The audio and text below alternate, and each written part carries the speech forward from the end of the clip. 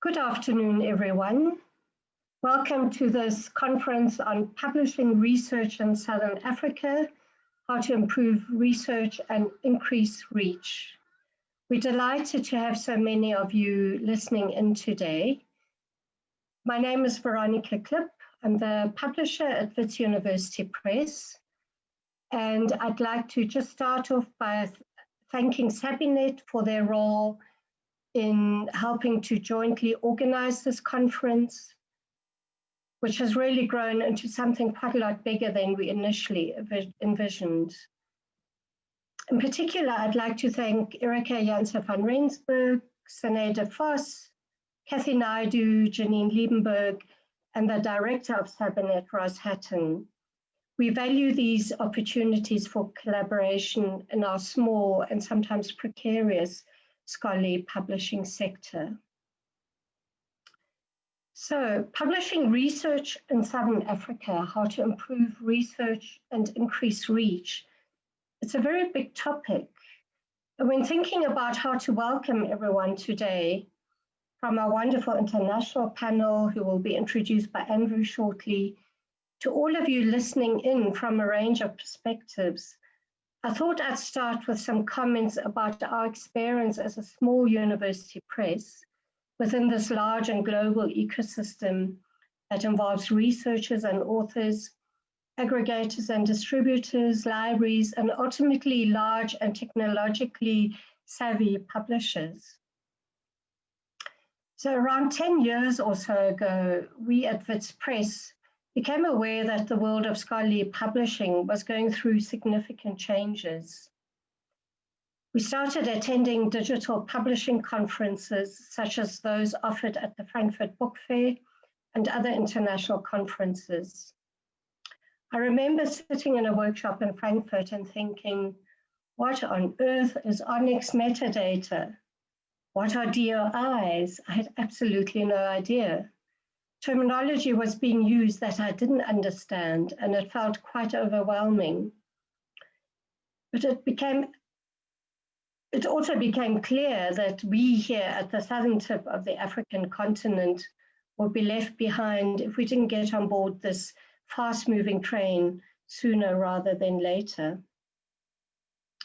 And looking back now on the intervening years during which we adopted digital publishing and dissemination processes, what stands out is that these technological innovations are really about allowing us as publishers to do better what is really at the heart of our industry, and that is to communicate.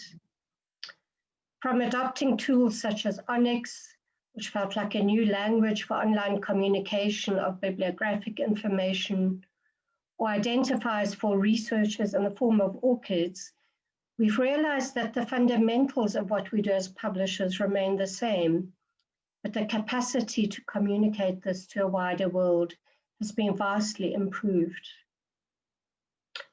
Yes, we saw an exponential increase in sales off a very low base, it has to be said. But what this means is that the work of authors has also been made discoverable and accessible.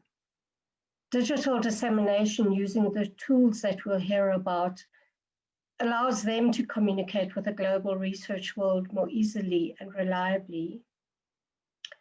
They can have access to quality and reliable data about their research outputs, which are shared more widely, leading to a growth in profile.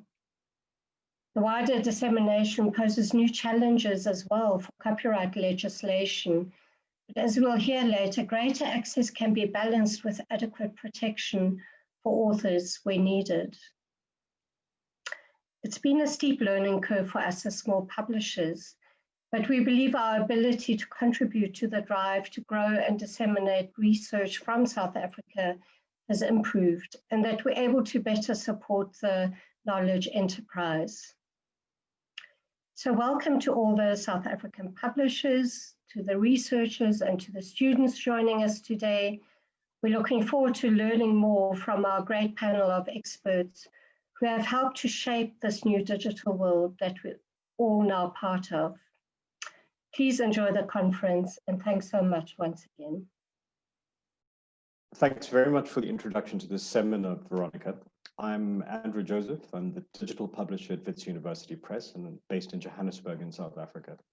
I'd like to thank you for attending the seminar today, and I hope you and yours are well and safe in these turbulent times. I've had several discussions with our colleagues at Sabinet, as we all have at various times, about the state of scholarly publishing in South Africa.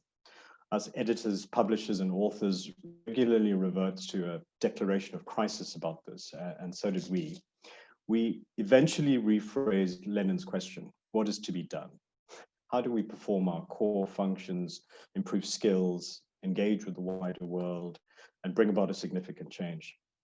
Further, how do we distinguish ourselves, articulate our needs, and actively and confidently begin to participate in the wider scholarly world?